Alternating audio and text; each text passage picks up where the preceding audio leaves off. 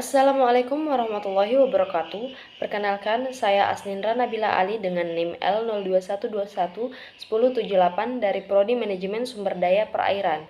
Pada kesempatan kali ini, saya akan menjelaskan tentang materi genetika populasi dengan dosen pengampu oleh Ibu Dr. Irmawati, SPI, MSI. Sebelum saya membahas lebih lanjut tentang materi genetika, terlebih dahulu saya akan membahas tentang pengertian atau definisi dari genetika populasi itu sendiri. Nah, genetika populasi terdiri dari dua kata, yaitu genetika dan populasi. Genetika itu sendiri adalah cabang ilmu biologi yang mempelajari tentang pewarisan sifat gen pada suatu organisme maupun suborganisme, atau lebih singkatnya, ilmu tentang gen dan segala aspeknya. Sedangkan populasi sendiri yaitu sekumpulan individu dengan ciri-ciri yang sama, yang hidup di tempat yang sama, dengan memiliki kemampuan bereproduksi di antara sesamanya. Maka dapat disimpulkan bahwa genetika populasi ialah cabang ilmu yang membahas cabang ilmu genetika yang membahas tentang transmisi bahan genetik pada ranah populasi. Genetika populasi seringkali dikaitkan dengan dinamika populasi.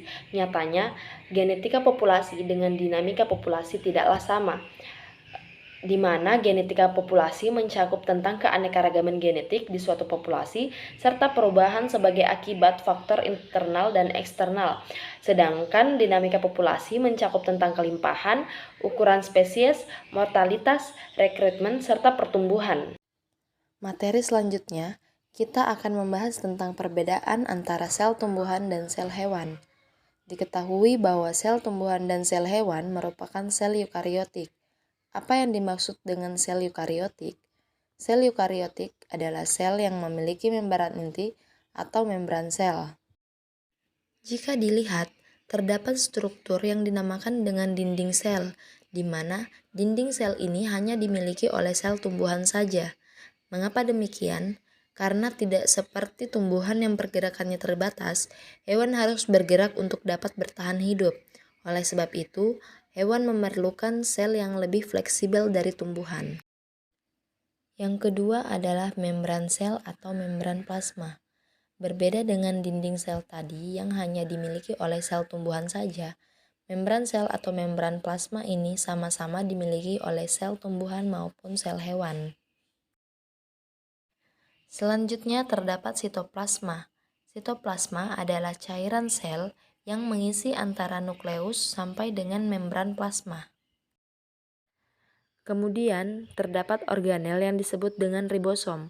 Ribosom merupakan butiran-butiran halus yang tersebar di seluruh sitoplasma. Struktur selanjutnya adalah retikulum endoplasma. Retikulum endoplasma ini terbagi atas dua. Yang pertama, retikulum endoplasma halus, di mana retikulum endoplasma halus ini tidak ditempeli oleh ribosom. Serta yang kedua terdapat retikulum endoplasma kasar. Retikulum endoplasma kasar ialah retikulum yang ditempeli oleh ribosom. Organel yang ada pada sel selanjutnya adalah mitokondria. Mitokondria ini berbentuk sedikit bulat memanjang yang berfungsi sebagai tempat berlangsungnya fungsi respirasi sel pada makhluk hidup. Struktur berikutnya adalah organel yang disebut dengan lisosom. Lisosom ini berbentuk bulat dan terdapat pada sel tumbuhan maupun sel hewan. Selanjutnya, terdapat struktur yang dinamakan dengan badan Golgi atau kompleks Golgi. Fungsi utama badan Golgi ini adalah sebagai tempat mengolah dan memodifikasi protein. Badan Golgi ini juga terdapat pada sel tumbuhan maupun sel hewan. Struktur berikutnya ada yang dinamakan dengan kloroplas. Jika dilihat pada gambar, ternyata kloroplas hanya ditemukan pada sel tumbuhan saja, sedangkan sel hewan tidak memiliki kloroplas. Di kloroplas inilah tumbuhan melangsungkan proses fotosintesis dengan bantuan sinar matahari. Selanjutnya, terdapat vakuola yang juga hanya ditemukan pada sel tumbuhan saja, sedangkan sel hewan tidak memiliki vakuola. Kalaupun ada, vakuola pada sel hewan berukuran sangat kecil. Lalu terdapat ameloplas, yaitu plastisida yang hanya ada pada sel tumbuhan yang tidak berwarna dan tidak melakukan fotosintesis. Selanjutnya, pada sel hewan seperti yang terlihat di gambar, terdapat mikrotubulus yang berbentuk seperti silinder yang terdapat di sitoplasma. Mikrotubulus ini berfungsi untuk melindungi sel serta berperan dalam pembentukan flagella, silia, dan sentriol. Di sel hewan juga terdapat struktur yang disebut dengan sentriol, yang berfungsi sebagai proses pembelahan sel dalam membentuk benang spindle. Selanjutnya kita beralih pada materi genetik dan hubungan antara kromosom, gen, dan DNA. Kromosom adalah sebuah molekul DNA panjang yang berbentuk seperti benang yang membungkus protein histon. Sedangkan DNA ialah rantai polinukleotida yang berbentuk double helix atau untaian ganda. Polinukleotida sendiri ialah rangkaian-rangkaian nukleotida di mana nukleotida terdiri dari 3 komponen yaitu fosfat, gula pentosa, dan basa nitrogen. Adapun gen yaitu pembawa sifat yang terbentuk dari barisan basa DNA. Jadi gen merupakan bagian dari DNA, namun tidak semua bagian DNA adalah gen karena ada beberapa bagian DNA tidak dapat membentuk protein. Lalu, apa hubungan antara gen, DNA, dan kromosom? Gen merupakan bagian dari DNA karena segmen DNA membentuk gen. Selanjutnya, gen akan terangkai membentuk kromosom, di mana kromosom atau eukariotik ini terdiri dari DNA yang terangkai secara bersambung membentuk suatu spiral dan berasosiasi dengan protein kromosom. Akan menjadi molekul asam nukleat yang mengandung sejumlah gen serta pada struktur tertentu tersusun dari DNA dan protein histon dan protein lain yang lazim disebut dengan nukleoprotein. Selanjutnya ialah struktur DNA. DNA terdiri dari 2 rantai polinukleotida yang basa nitrogennya saling berkaitan. Basa nitrogen terdiri dari adenin, timin, guanin, dan sitosin, di mana setiap basa nitrogen ini saling berpasangan atau berkaitan. Adenin berpasangan dengan timin dan guanin berpasangan dengan sitosin. Selanjutnya adalah perbedaan antara DNA dengan RNA. Yang pertama itu dari segi fungsi, di mana fungsi dari DNA ialah mengendalikan faktor keturunan dan sintesis protein, sedangkan fungsi dari RNA ialah hanya mengendalikan sintesis protein saja. Yang kedua yaitu dari segi letak dan ukurannya. DNA terdapat pada inti sel dengan ukuran yang lebih panjang, sedangkan pada RNA terdapat pada inti sel, sitoplasma atau ribosom dengan ukuran yang lebih pendek. Yang ketiga yaitu jenis basa nitrogennya, di mana DNA jenis basa nitrogennya ialah purin yang terdiri dari adenin dan guanin, gugus fosfat, dan pirimidin yang terdiri dari sitosin dan timin. Sedangkan jenis basa nitrogen pada RNA itu terdiri dari purin dan pirimidin saja. Selanjutnya ialah materi tentang ekspresi gen. Ekspresi gen adalah rangkaian penerjemah informasi genetik dalam wujud urutan basa pada DNA atau RNA menjadi protein. Pada ekspresi gen ini dibagi menjadi 2, yaitu transkripsi dengan translasi. Transkripsi merupakan proses sintesis atau pembentukan RNA dengan menggunakan DNA sebagai template. Transkripsi terjadi pada nukleus di dalam inti sel.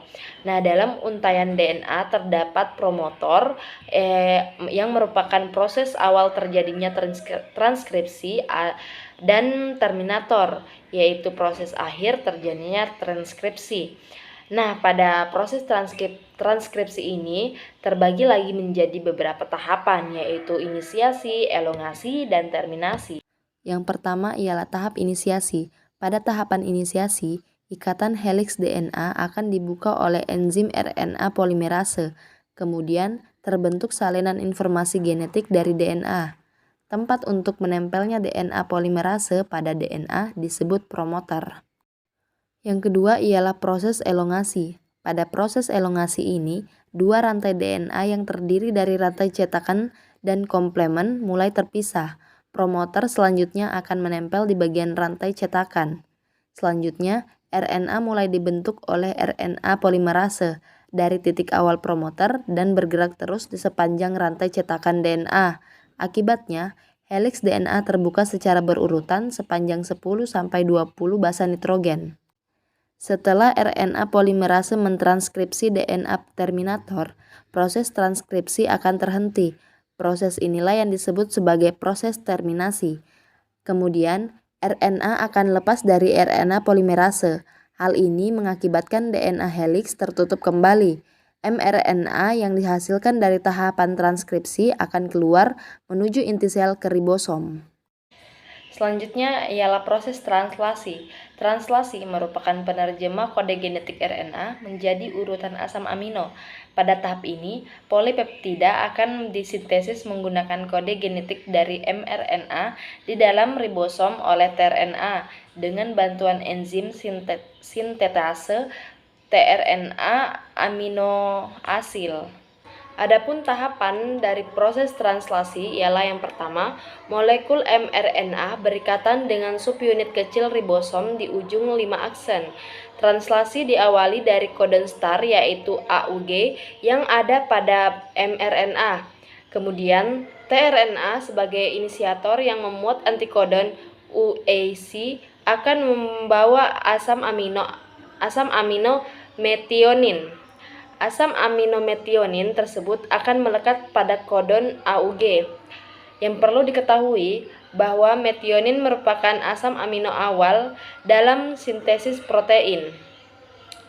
Selanjutnya, asam amino lain akan ditambahkan oleh enzim tRNA aminoasil hingga dihasilkan rantai polipeptida lengkap. Translasi semacam itu akan terus berlangsung sampai muncul codon stop, yaitu UAA, UGA, atau UAG. Jika salah satu dari kodon tersebut telah muncul, maka proses translasi akan terhenti, serta polipeptida yang terbentuk akan lepas dari ribosom. Materi selanjutnya dan materi yang terakhir ialah replikasi DNA.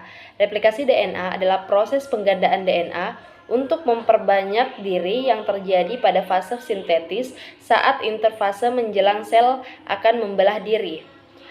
Proses ini terjadi di dalam nukleus. Replikasi DNA dikatalis oleh enzim, antara lain yang pertama enzim helikase. Enzim helikase berfungsi untuk memutuskan ikatan-ikatan hidrogen untuk membuka heliks ganda pada DNA. Yang kedua, enzim RNA primase untuk menggabungkan nukleotida RNA agar dapat membentuk primer. Yang ketiga yaitu DNA polimerase berfungsi untuk menggabungkan nukleotida menjadi polimer DNA yang panjang.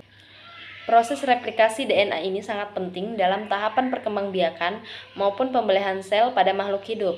Materi DNA yang akan digandakan kemudian akan dibagi ke masing-masing anakan sel yang baru. Baiklah, cukup sekian pemaparan dari saya tentang materi genetika populasi. Kurang dan lebihnya mohon dimaafkan dan terima kasih telah menonton. Wassalamualaikum warahmatullahi wabarakatuh.